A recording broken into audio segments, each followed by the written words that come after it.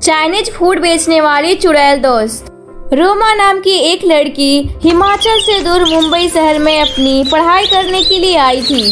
इसीलिए मुंबई की एक छोटी सी बस्ती में उसने एक छोटा सा कमरा किराए पर ले रखा था, जिसमें वह अपना गुजारा किया करती थी। क्योंकि रोमा के माता पिता खेती बाड़ी करके बड़ी मुश्किल से उसके पैसे जमा कर पाते थे, लेकिन उन पैसों से भी रोमा का ज्यादा गुजारा नहीं चल पाता था। तभी एक दिन, भला इतने कम पैसों में मैं इस महीने का खर्चा कैसे चला पाऊंगी, इसीलिए मुझे भी अब कुछ काम ढूंढ लेना चाहिए। वैसे भी माँ बाबा अब कब तक मुझे ऐसे पैसे भेजते रहेंगे। तभी एक दिन रोमा के पास उसकी माँ का फोन आता है कि इस बार बर्फ ज्यादा पड़ने की वजह से उनकी फसल खराब हो गई है, जिस वजह से वह लोग उसे पैसे नहीं भेज पाएंगे। और ये सुनकर रोमा बहुत ज्यादा दुखी हो जाती है। तभी जब वो शाम को कुछ सामान खरीदने के लिए दुकान पर जाती है, तभी वहाँ पर एक चाइनीज लड़की लूना आती है और दुकानदार से कहती है, एक्सक्यूज मी, क्या मुझे यहाँ पर रहने के लिए कोई रूम मिल सकता है? लूना की बात सुनकर दुकानदार उसे मना कर देता है। तभी रोमा उससे कहती है, हेलो, क्या तुम्हें रहने के लिए रूम चाहिए? हाँ, मुझे इस समय एक रूम की बहुत ज्यादा जरूरत है, क्योंकि मैं यहाँ चीन से हिंदी सीखने के लिए आई हूँ। मेरे पास इस समय ज्यादा पैसे नहीं है कि मैं किसी होटल में रूम ले सकूँ। कोई बात नहीं, तुम मेरे साथ मेरे कमरे में रह सकती हो। मैं भी इसी बस्ती में रहती हूँ। मेरा नाम रोमा है और मैं भी यहाँ रूम किराए पर लेकर ही रहती हूँ। इसीलिए हम दोनों आधा आधा किराया दे दिया करेंगे। इससे न तुम्हें ज्यादा प्रॉब्लम होगी, ना ही मुझे। Thank you so much Roma, तुमने मेरी सारी प्रॉब्लम ही दूर कर दी। और इस तरह रोमा और लूना एक साथ उस किराए के कमरे में रहने लगती हैं और उन दोनों के बीच बहुत अच्छी दोस्ती भी हो जाती है। लेकिन कुछ समय बीतने के बाद दोनों को पैसों की बहुत ज्यादा दिक्कत होने लगती है। तभी रोमा कहती है, मुझे तो कुछ समझ में ही नहीं आ रहा कि अब मैं अपने कॉलेज की फीस कैसे भरूंगी। बाबा से भी पैसे के लिए नहीं बोल सकती हूँ। तुमने बिल्कुल सही कहा, मैं भी अपने पेरेंट्स से पैसे की बात नहीं कर सकती हूँ, लेकिन अगर हमें इस शहर में रहना है तो हमें कुछ ना कुछ तो करना ही होगा। लेकिन तुम तो यहाँ पढ़ाई करने के लिए आई हो ना, फिर तुम नौकरी कैसे कर पाओगी? क्यों ना हम लोग अपने अपने कॉलेज से आने के बाद कोई छोटा मोटा काम शुरू कर दे। इतना कहकर दोनों सोचने लगती हैं। तभी उन दोनों को बहुत तेज भूख लगती है और लूना फटाफट से रोमा के लिए चाइनीज फूड बनाकर लाती है, जिसे खाकर रोमा के दिमाग में एक आइडिया आता है और वह कहती है, अरे क्यों ना हम लोग चाइनीज फूड की रेडी लगाएं। वैसे भी तुम चाइनीज फूड बहुत अच्छा बनाती हो और इस समय तो मुंबई में चाइनीज फूड खाने के सभी दीवाने हैं। वैसे तुम्हारा आइडिया सुनने में तो बहुत अच्छा लग रहा है, लेकिन क्या यहाँ के लोग मेरे हाथ का चाइनीज फूड पसंद करेंगे? अरे तुम्हारे हाथ का चाइनीज फूड बहुत ज्यादा स्वादिष्ट होता है, इसीलिए तुम्हारे हाथ का खाना हर किसी को पसंद आएगा और हम वह खाना बहुत कम रेंट में बेचेंगे।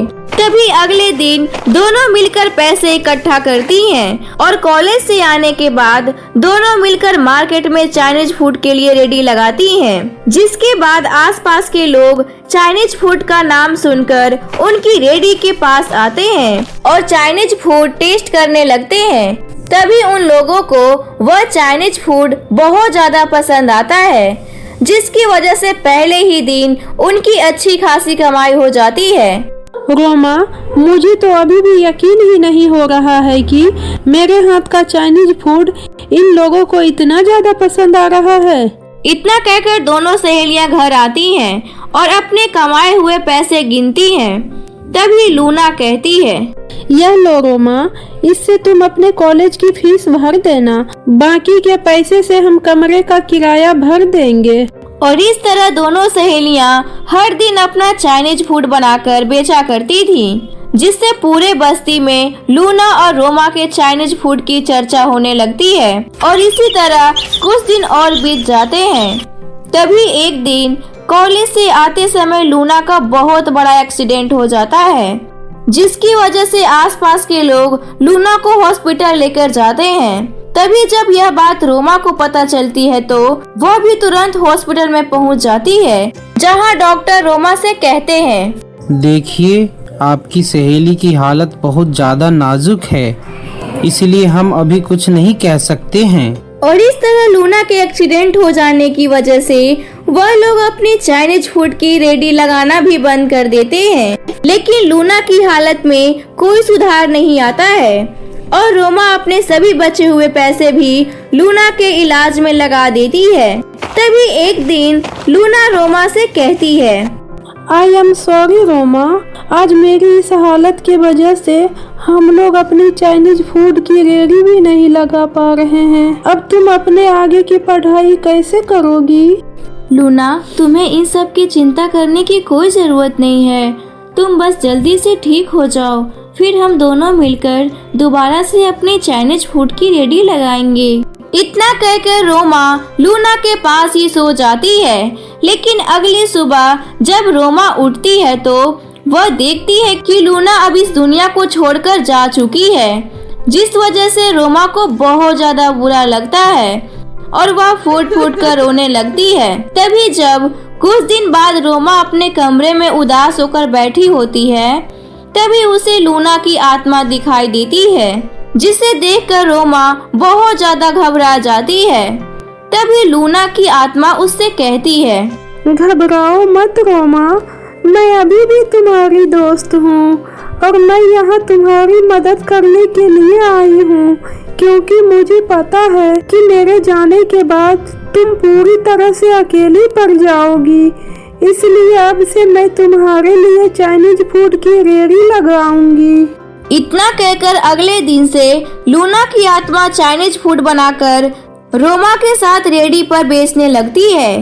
इसी तरह एक दिन लूना की आत्मा रोमा से कहती है, रोमा, कुछ ही दिनों में तुम्हारा फाइनल एग्जाम आने वाले हैं, इसलिए अब तुम यहाँ की चिंता छोड़कर अपने एग्जाम पर ध्यान दो, बाकी सब मैं देख लूंगी। तुम्हारा बहुत बहुत शुक्रिया लूना, तुमने मरने के बाद भी मेरा साथ नहीं छोड़ा।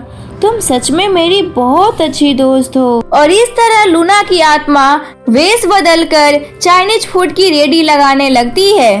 वही रोमा अपने एग्जाम की तैयारी करने लगती है और एग्जाम होने के बाद जब उसका रिजल्ट आता है तो वह बहुत ज्यादा खुश हो जाती है और कहती है, मुझे तो अभी भी अपनी आंखों पर विश्वास नहीं हो रहा है कि मैंने अपने पूरे कॉलेज में टॉप किया है और मुझे कॉलेज की तरफ से स्कॉलरशिप भी मिली है। इतना कहकर रोमा घर वापस आती है और लूना की आत्मा जब ये खबर सुनती है तो वह बहुत ज्यादा खुश हो जाती है। तभी रोमा कहती है, लूना, तुम्हें पता है कॉलेज की तरफ से मुझे स्कॉलरशिप मिली है, जिससे मैं विदेश जाकर अपनी आगे की पढ़ाई पूरी कर सकती हूँ। सच में मैं तुम्हारे लिए बहुत ज़्यादा खुश हूँ, इसलिए आज मैं खुशी खुशी इस दुनिया से मुक्त हो सकती हूँ, क्योंकि जिस मकसद के लिए मैं यहाँ आई थी अब वो पूरा हो चुका है, क्योंकि अब तुम अपनी ज़िंदगी में कामयाब होने जा रही हो। इसलिए मैं तुम्हारी यह दोस्ती कभी नहीं भूलूंगी। मैं भी तुम्हें कभी नहीं भूल पाऊंगी लूना, तुम्हारी यादें हमेशा मेरे साथ रहेगी। रोमा की यह बात सुनकर लूना की आत्मा वहां से गायब हो जाती है। तभी कुछ ही दिनों में रोमा भी अपने आगे की पढ़ाई पूरी करने के लिए विदेश चली जाती है, जहां पढ़ाई पूरी होते ही रोमा की एक बहुत ही अच्छी कंपनी में जॉब लग जाती है, जिसके बाद रोमा अपने माता पिता को भी विदेश बुलाकर उनके साथ हंसी खुशी अपनी जिंदगी बिताने लगती है।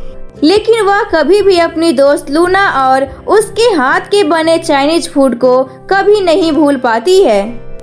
तो मेरे प्यारे दोस्तों, कैसी लगी आज की ये मेरी नई कहानी? तो फिर मिलती हूँ एक नई कहानियाँ के साथ। बाय बाय दोस्तों।